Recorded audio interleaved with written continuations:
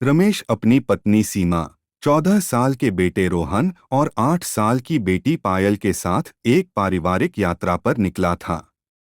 उन्होंने सुना था कि यह रास्ता बहुत खूबसूरत है, घने जंगलों और पहाड़ियों से घिरा हुआ। लेकिन जैसे जैसे सूरज ढल रहा था, रास्ता और अजनबी होता जा रहा था। जीपीएस कुछ गड़बड़ कर रहा है, रमेश ने फोन की स्क्रीन पर नजर डालते हुए कहा। सीमा ने चिंतित होकर पूछा, हम सही रास्ते पर तो हैं न? रमेश ने सिर हिलाया, हाँ, लेकिन यह सड़क मैप पर नहीं दिख रही।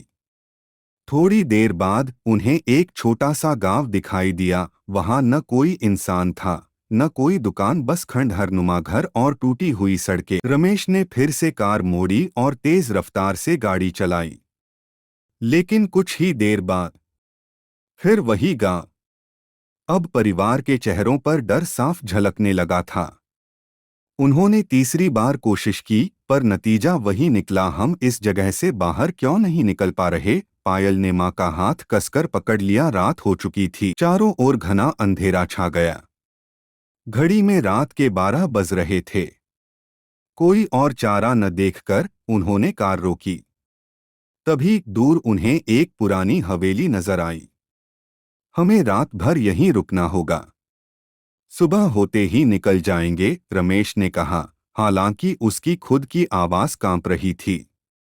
सीमा ने सहमते हुए कहा, हमें अंदर जाना चाहिए। पर उन्हें यह अंदाजा भी नहीं था कि यह रात उनकी जिंदगी की सबसे भयानक रात बनने वाली थी।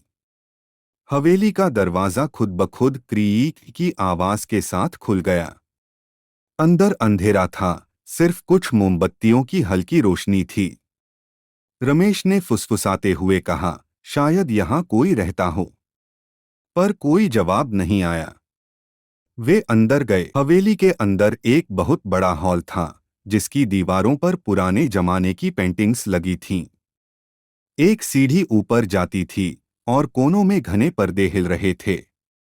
सब कुछ शांत था, अजीब रूप से शांत। तभी ढन ढन ढन एक बड़ा सा घंटा जोर जोर से बजने लगा। पायल चीख पड़ी। मां सब भागते हुए उस घंटे के पास पहुंचे, जो अपने आप बज रहा था। तभी रोहन ने कांपती आवाज में कहा, दीवार पर देखो। दीवार पर खून से लिखा था, तुम पहले नहीं हो और आखिरी भी नहीं। सीमा ने रमेश की बाजू पकड़ ली। हमें यहां से भागना होगा। रमेश ने दरवाजे की ओर दौड़ लगाई, लेकिन दरवाजा बंद हो चुका था। सब क्या हो रहा है? तभी पायल अचानक गायब हो गई। पायल, सीमा ने जोर से पुकारा, लेकिन उसकी आवाज हवेली की दीवारों में ही दब गई। पायल खुद को एक अंधेरे कमरे में पाती है। उसकी सांसें तेज हो जाती हैं। तभी एक लंबी काली परछाई उसके सामने आ जाती है। परछाई के हाथ में एक चमकता हुआ खंजर था। मम्मी, पापा, पायल फुसफुसाई, पर उसकी आवाज बाहर नहीं गई। तुम भी बाकी सब की तरह मरोगी, परछाई की गूंजती आवाज आई। पायल की चीख पूरी हवेली में गूंज उठी। रमेश, सीमा और रोहन पूरी हवेली में पायल को ढूंढते रहे। लेकिन अब हवेली बदलने लगी थी। दरवाजे खुले थे, अब बंद हो चुके थे। सीढ़ियां अचानक गायब हो गईं। और सबसे भयानक चीज, फर्श पर बिखरी हुई हड्डियां। ये सब इंसानों की हड्डियां हैं, रोहन ने कांपते हुए कहा। सीमा की आंखों में आंसू आ गए।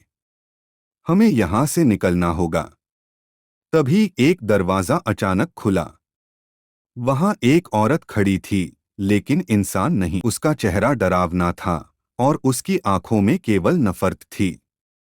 तुम भी मेरी तरह यहां फंस चुके हो। अब कोई बच नहीं सकता।